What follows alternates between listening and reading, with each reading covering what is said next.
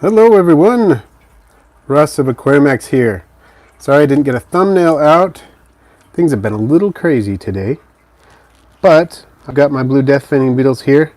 We're going to do a little bit of a live stream featuring these guys to start out with. And then maybe I'll just turn the camera around and we can do some Q&A. But we're going to start out here.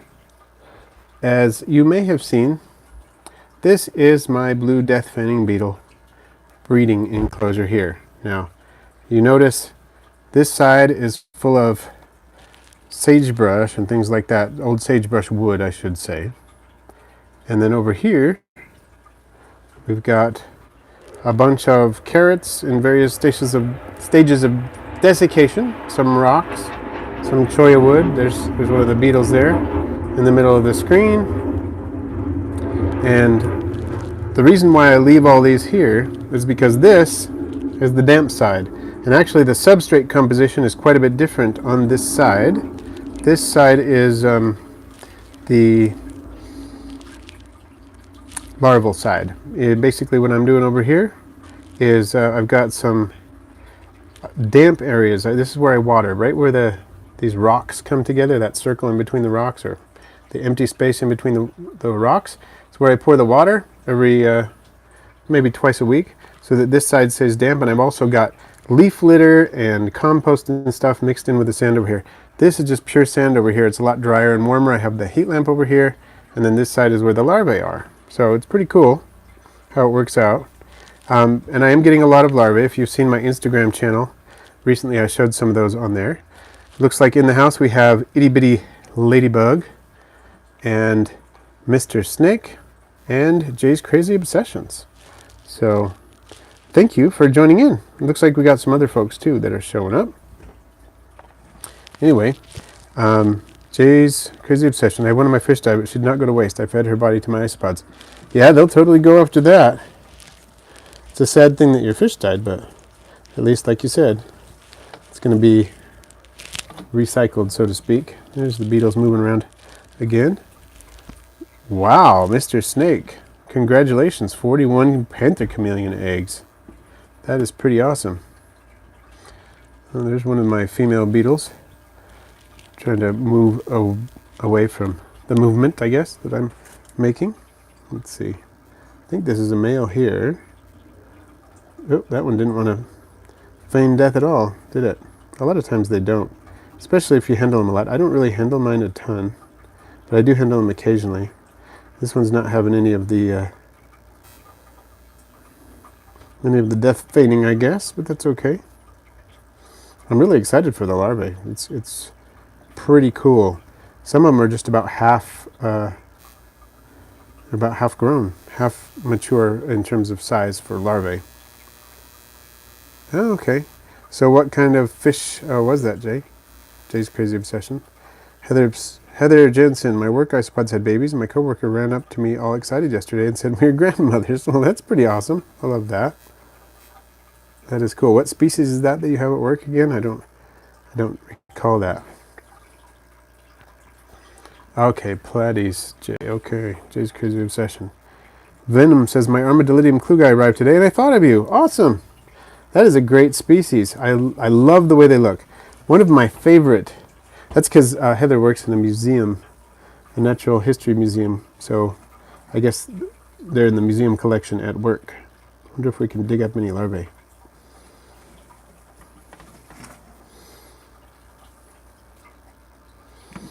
It's feeling a little drier than I like it on this side. I might have to change that a little bit. You know, the focus is not excellent right now on here, as you can probably tell.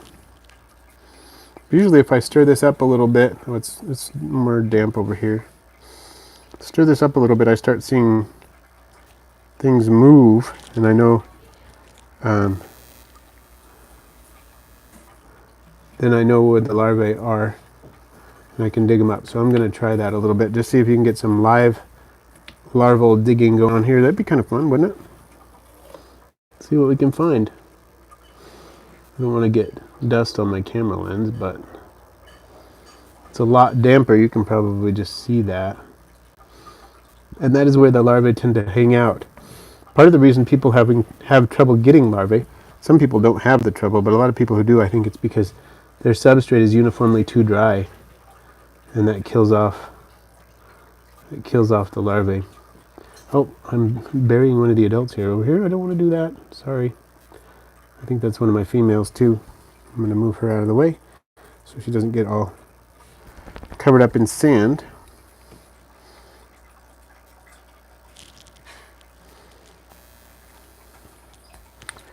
Okay, well that makes a lot of sense, Heather. They're dairy cows. Sorry about that. Sneezed right into the microphone probably too and blew everybody's ears out. I apologize for that. I do have rather formidable sneezes. Now Zoom Boy's in the house too. And yeah, we're checking on the camellia. We're checking on the breeding progress. I have been collecting quite a few of the larvae out into another enclosure. And if you've followed me on Instagram, you've seen that recently probably, but I'm just seeing if I can dig up a few more larvae just live here. It'd be kind of fun. It's a little bit difficult to do because I'm digging with one hand, of course, as I go through here. But there's a larva right there. Oh, not a bad sized one either. It's not the biggest one I've ever seen. But there we go. They look kind of like, as I mentioned on my Instagram account, they look kind of like slightly translucent, pudgy mealworms. Color's a little bit different. They're a little bit fatter, and just the shape is a little bit different, but it's not surprising. They're embryonids, darkling beetles, just like mealworms are. They're a little bit more blunt than a mealworm too. And one funny thing is that they seem to nibble on me constantly. Like this one, I can feel it trying to nibble on me, which is kind of funny.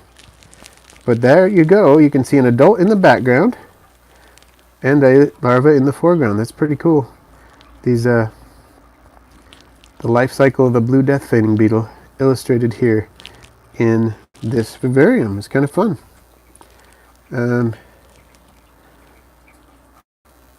All right, and thank you, Zoom Boy. I appreciate that. If we can get the light count up, that would be great. What I'm actually thinking, my next phase, I've got a number of larvae in this other container, and I kind of want to start separating them individually because some of them are getting kind of big, like this one, and they can be cannibalistic.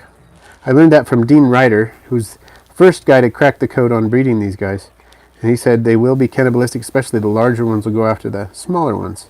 So I'm thinking I need to separate them into separate deli cups. Need to do that to get them to pupate anyway.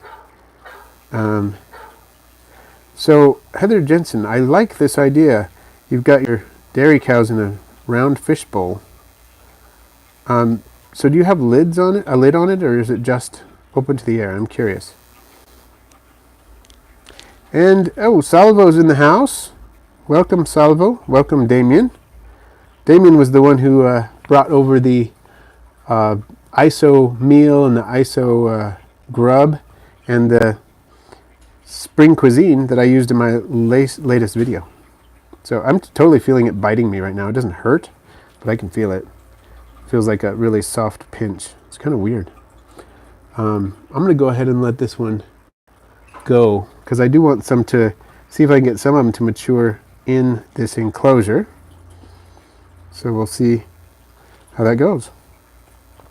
I'm not mature all the way. I mean, they're not going to pupate in here, but when they approach about 1.8 to 2 inches, that's when I'm going to pull them out and start incubating them. But I want to see if I can get them to do that in this enclosure. So there you go. Varanid guys in the house as well. Okay. Okay. Sounds good. All right, Flirkin and Porg in the house too. Yeah, I think they are kind of pretty, aren't they? They have some really interesting color to them. And I'm surprised I'm not seeing more of them. Maybe I'm just digging in the wrong place. Some days I'll dig and I'll see a ton of them like pretty fast. And other days it takes longer. There's one. I don't know if that's the same one I just dug up. It's about the same size. No, this one's shorter. So this is a different one. I think it's a little bit shorter anyway. It's hard to tell. Okay.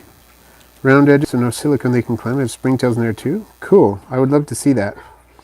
I think if you can get them to do that and you're not having problems with fungus gnats, that's awesome.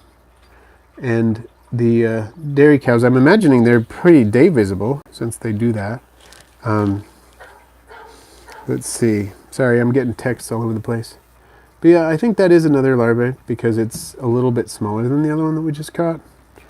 But there, you can see an adult larva again on this, in the same shot. Sorry about the wiggling. But I would love to see the photo of this enclosure. It sounds really cool. And Flurkin and Porg, my Polarcelius laevis dairy cows just had their first babies, and there are hundreds. You know, I'm getting a weird thing where the chat's getting cut off, part of it. Like the right side of the chat screen is getting cut off on some of these chats. At least Flurkin and Porg's most recent one. Which is weird. I'm not sure what's going on there. But let's see. And Paradox, working on your own high yellow isopods. That's awesome. Are they Armadillidium vulgare, like mine? And will I sell adult blue Death-Feigning beetles? I probably will eventually. My first goal is just to see if I can get them to pupate properly, which I think I can do. And if you've followed the information on how to get them to pupate properly, they need to be kept pretty warm. About 88 degrees is like the magic number, but somewhere in the 80s. But 88 seems to be really kind of a key temperature, 88 Fahrenheit. And then they need fairly high relative humidity, around, I think, 70, 75%, somewhere in there. And then they are, I'm going to get them to pupate if I can. And once I get the adults from that group, I'm going to document it all, of course, with video, like I'm doing now. I guess this counts as part of that documentation. Probably ought to include this in my Blue Death-Feigning Beetles playlist that I've created on YouTube. After I get them going, it dropped. After I get them going, I'm going to put most of the adults back in this enclosure and just getting them breeding, because these beetles come from 3 different locales, which I know some people are going to frown at that, but I want a robust gene pool going into whatever captive bred beetles make it into the hobby. And so I'd rather have, various locales, because as far as we know, they're all the same species. And so I'd rather do that and then get a number, maybe get like 20 going in here. And then I'll probably start selling some of the babies from that once I get those. So, yeah. And, all right. Ian, Alicia Perry, welcome. And Salvo. These are not a new additions per se. I've had these for, I had my first one I've had for over a year, and then I've been slowly adding them over time. So I now have 7 adults and quite a few babies, and I set up this enclosure to start breeding them this spring sometime. I'm not sure when. And welcome Wally, Supreme Gecko. And Paradox, you have British skirted isopods. So Oniscus ocellus, a high yellow one. I'd love to see that. That sounds awesome. Do you have some place I can see pictures of it? That would be really cool. So Jay's Crazy Obsession says, mine's stay inside the vid, for some reason only active during watering and at night, no lid, and access to outside. My girlfriend has only ever found one that crawled out, and I'm assuming dried up. Oh, that's sad. So yours are the dairy cows too? Mine are like crazy. I don't know. They're everywhere all the time, running around. And insects, arachnids, I do have a website. It is aquarimax.com. And you can go to my About page on YouTube, and there's a link directly to it, or you can just type in Aquarimax, AQUARIMAX, and that'll show up. Oh, Jay's Crazy Obsessions, I'm sorry about your springtails. Oh, and thank you, Supreme Geckos, for putting that link there. That's awesome. Heather Jensen, any luck breeding magic potions? Not so far. I checked on them, was it last night? Haven't seen any babies yet. It's weird. I mean, they keep getting bigger, but I think I may have lost one, but I'm not getting any babies. And cool, so Paradox, we'll be able to see those. Reco reptiles, got to remember that. When you get on there, maybe tag me in it or something. I would love that, because then it'll make sure I get to see them. Full Moon Pictures recently started raising box elder bugs. Cool, what are you feeding them? I'd be really interested. I know I've seen them eating various things in the wild, Oh look, it's my tiny one. I have one male that's just like tiny, and for those of you who may not know, generally what happens is that the larvae, based on the size the larvae reach, the pupae, only get to a certain size based on that. So the larvae, the maximal larval size of the size the larvae reach determines their size as an adult. Females tend to be a little larger, but their food and everything that they get when they're larvae will help determine their adult size too, which is kind of funny. Let's see. Their lifespan on these beetles, Salvo, is up to 17 years. At least we have one documented case of 17 years, and plenty of cases where they live years and years. They're a very long-lived beetle. And Paradox has been watching Aquarimax for a while. Got me into isopod keeping. That's awesome. I love it when people tell me that. Just saying, I really appreciate it because it means I'm making a difference. I'm spreading the good word about isopods. I think more people should keep isopods, and so I love the fact that's that's a thing. People tell me that a lot, but I never get tired of it. I really don't. I love that. Oh, there's another one of my small little males there. Oh, he's going to do the dead. He's going to feign death there for me. I don't know if this one will. This one, yeah, maybe. We'll see what we got. There, we got a couple of death-feigning beetles there. That's kind of fun. So, DEA Exotics, welcome. Well, I can set you up with some more springtails, no problem there. I can totally do that. I'm going to zoom in on these guys as they're feigning death. We can watch them wake up. It's always fun. Let's see. So Heather Jensen, box elder beetles are so sentimental for me. They would be all over that outside of houses in the summer in Illinois when I was growing up. We get that too. Oh, nice. That was a really nice resurrection there. That beetle. I love that. Full moon pictures. I'm feeding them a mixture of maple seeds dipped in hot tree sap and local plants. Interesting. Yeah, they eat box elder seeds, so I guess maple seeds are pretty close because box elders and maples are closely related. That makes sense. And Damien Archuleta, how are the duckies doing? They're doing fine. I haven't seen any babies yet, but I haven't seen any dead ones, and I do see the adults kicking around, being alive, doing their thing. One thing is that some powder blues got into the enclosure, and the other day I was pulling baby powder blues out. I'm not too happy about that. I love powder blues, but I don't want them in my ducky enclosure, so we'll see how that goes. I think I got most of them, but I'm sure there are a few stragglers in there that I need to pull out. So, but yeah, they seem to be doing okay. I hope they get breeding soon. There's some that are definitely a breeding size, so it should happen soon. Okay, Paradox, you have tropical gray and giant orange too. Awesome. When you have giant orange, I know if you said you were in Britain, I think you said, was that right? And they have giant orange. Sometimes they call Porcelio laevis orange giant orange, and sometimes Spanish orange, they're Porcelio scaber. So I'm just wondering which one you got. And yeah, Wally, I am glad that I was the one who got you into isopods as well. I think if you've seen his isopod vlogs, they're super cool. He's got a lot of fun stuff going on there. And Aquatic Ma, welcome. Really glad that you're here, and I'm glad you love the content. And Camellia Stevens, love your Hoffman's egg eyes. Me too. My Titans are so fun. I've still got little tiny orange Porcelio scabbers in there. I just pulled some out last night. Probably a half a dozen of them, maybe more. It's a mess. But the Titans are doing really well. I got a lot of them. I should show you guys how they're doing. And I want to wait for this little guy to wake up, though. Jay's Crazy Obsessions. Russ got me into isopods, and then I took his advice, and completely happenstance I showed up at his house and almost fainted when he opened the front door. I remember that day. That was fun when you came over and you didn't realize it was me until I opened the door, and that was cool because I had posted some ads on the local online classifieds, and he showed up and then made the connection. It was fun. I was glad to meet you in person. AZ, do you make green water for scuds? Not officially. I mean, I guess I've done that in the past maybe, but basically my culture is just, I've got algae growing on the walls of the enclosure and they eat that, but I don't bother with green water for the scuds because they don't really need it. They'll eat almost anything, fish, food, whatever, so I just have algae growing on the walls, which they do graze on constantly, but I also feed them fish food and whatnot, and they eat leftover Daphne food that sinks to the bottom and stuff like that. So Supreme Gecko.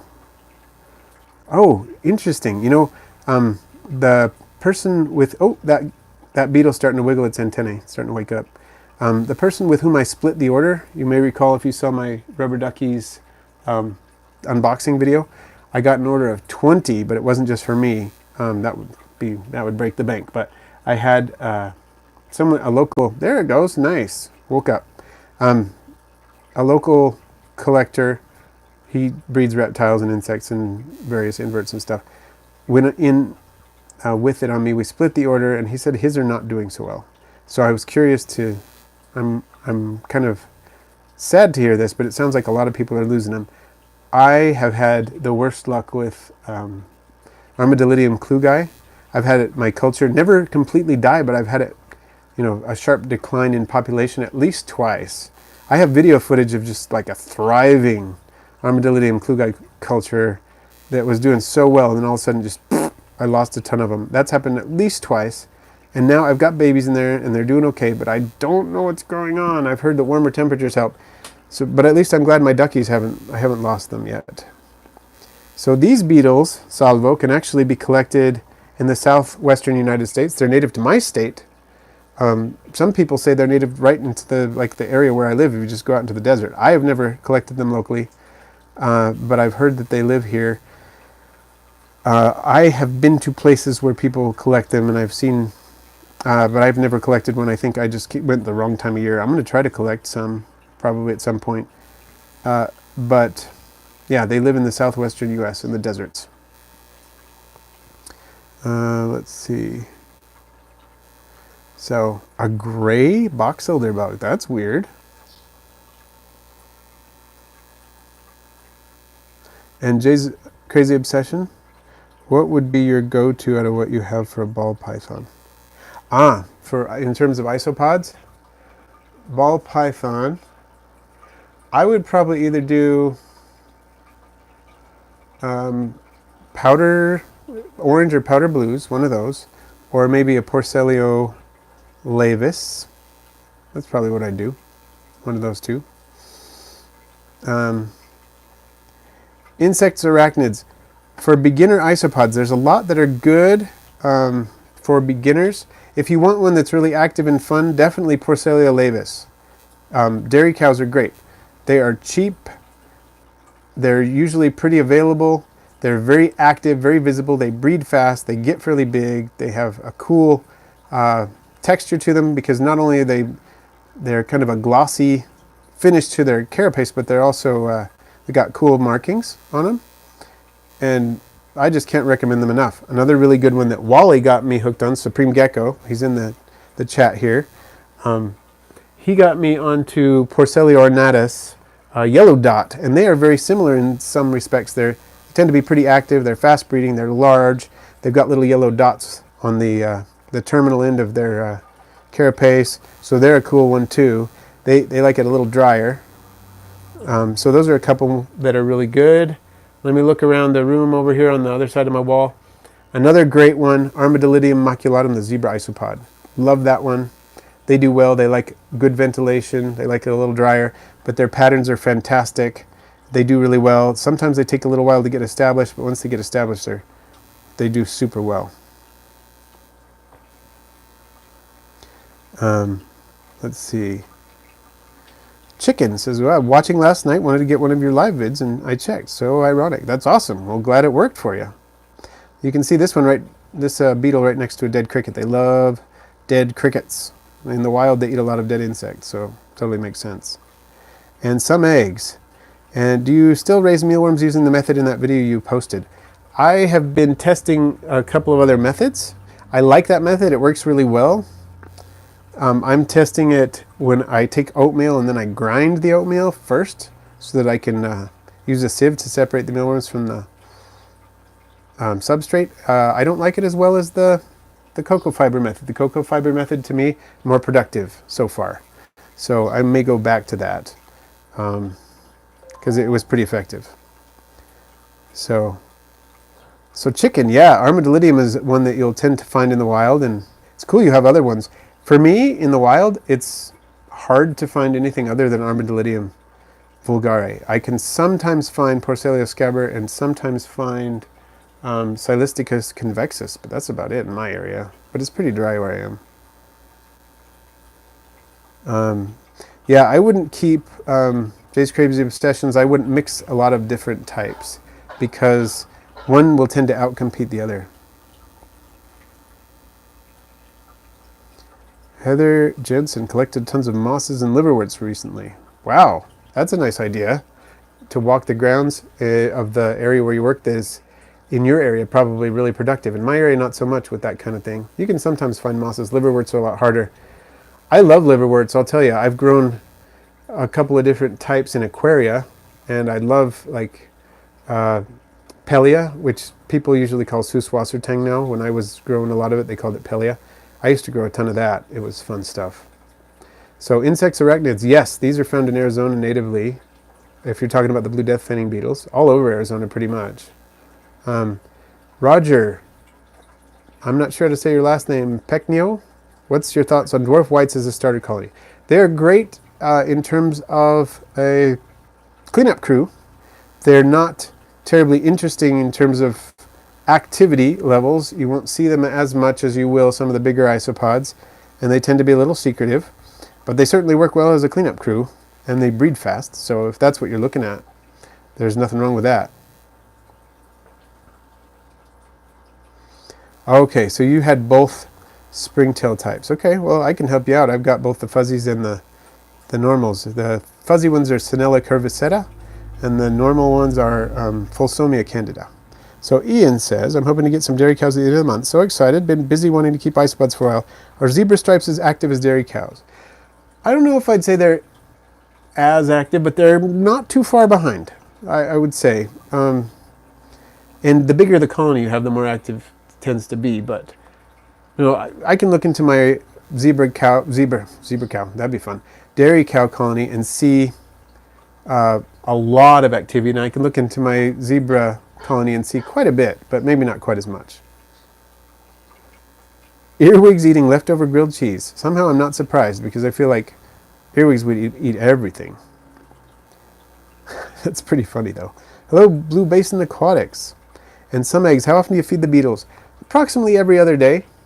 I drop carrots in, or my kids do, depending on the day, and because they work part-time for me taking care of critters.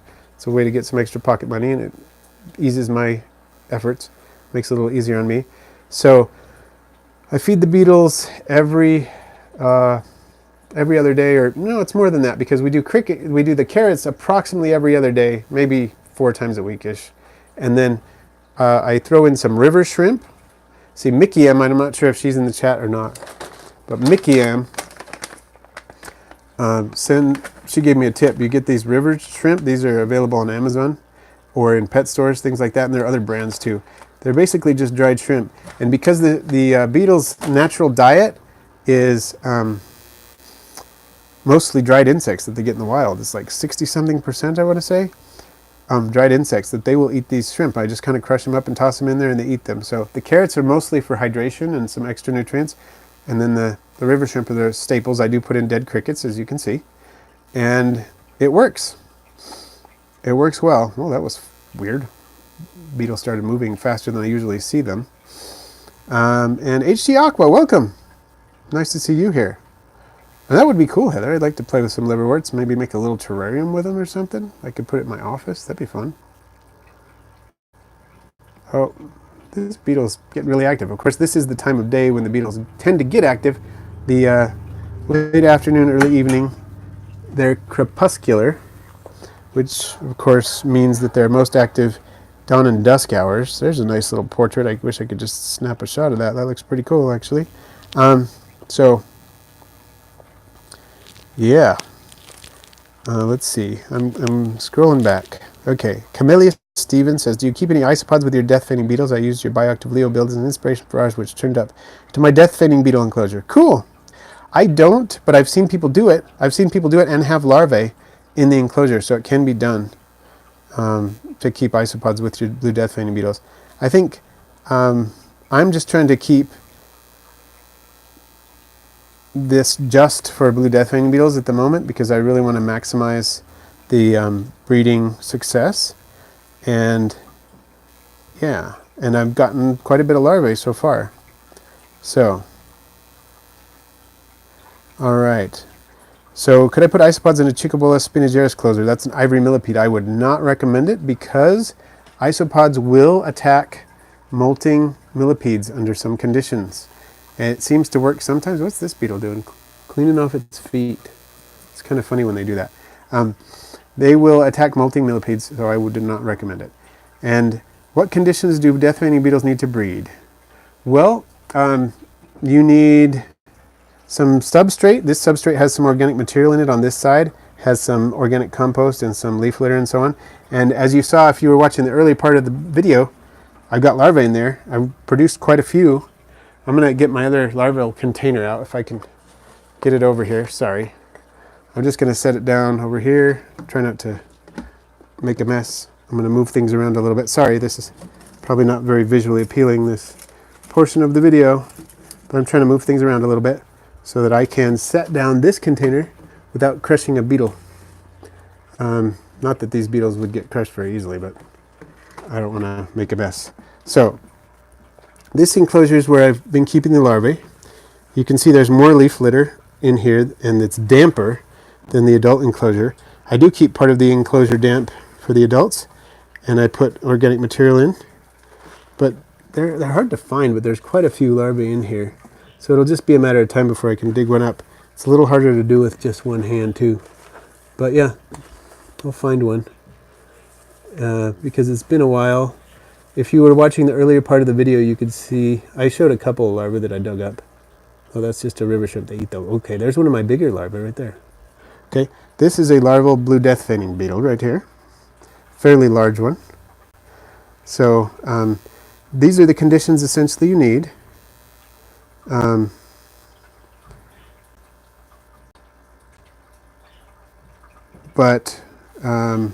Yeah, beetles in the hobby are completely wild caught, almost entirely at least, because they're a little tricky. The trick is not in producing larvae.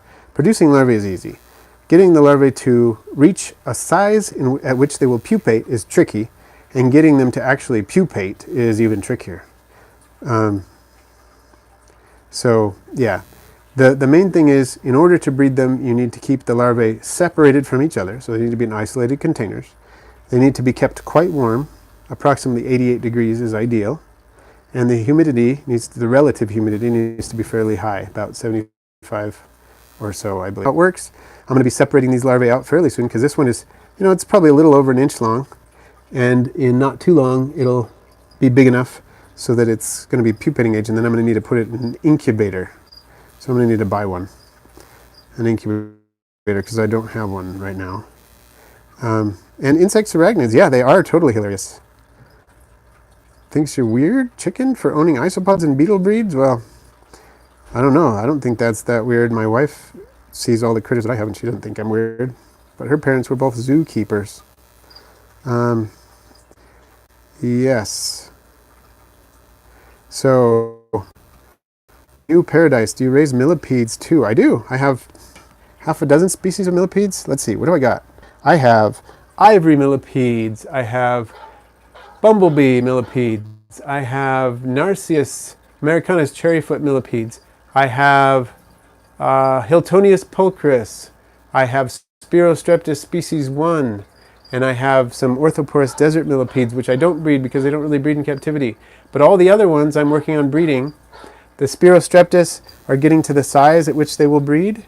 The ivory millipedes are breeding like crazy. The bumblebees are breeding like crazy. The Hiltonius pulchris are breeding like crazy.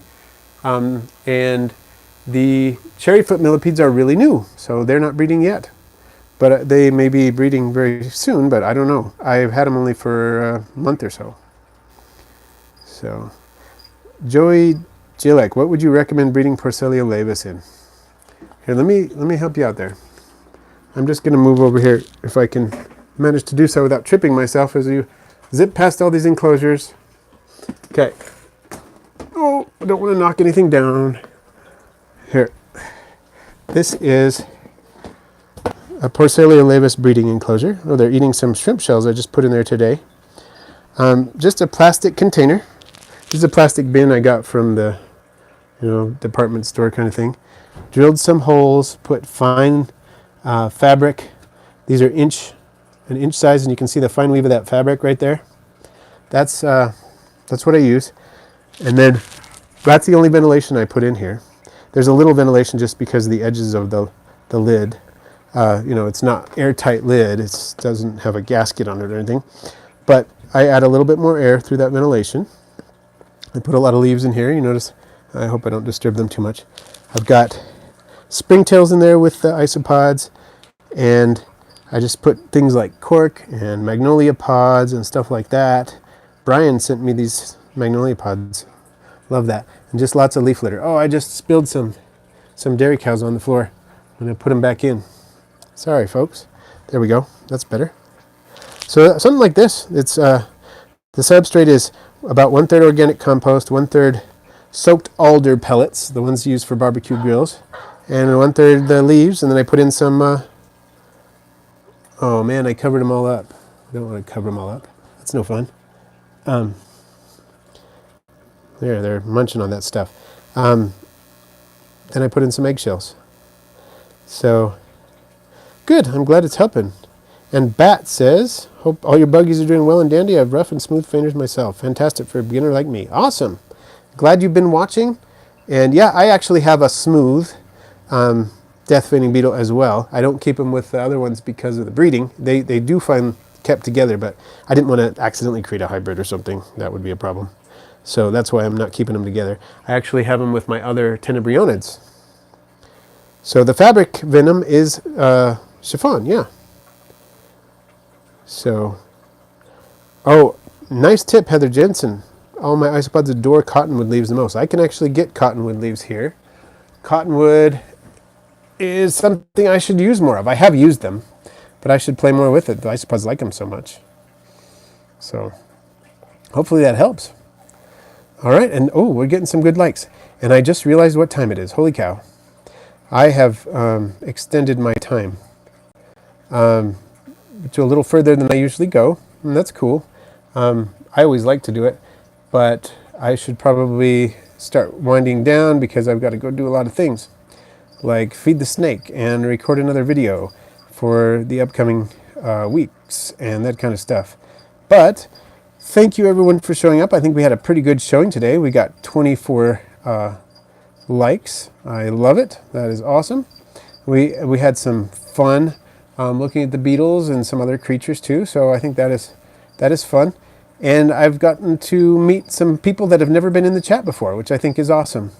So thank you to all of you for chiming in and being here and watching. I have a fun video coming up this Friday, and this one's about a rescue that I did of a creature, kind of a fun little story. And it shows the creature that I rescued, and it shows it eating and various things. It's kind of fun. So that's probably the one that's going to come out on Friday anyway. So I'll wrap up. Thanks a lot. Thanks again, and appreciate all your support, and see you soon.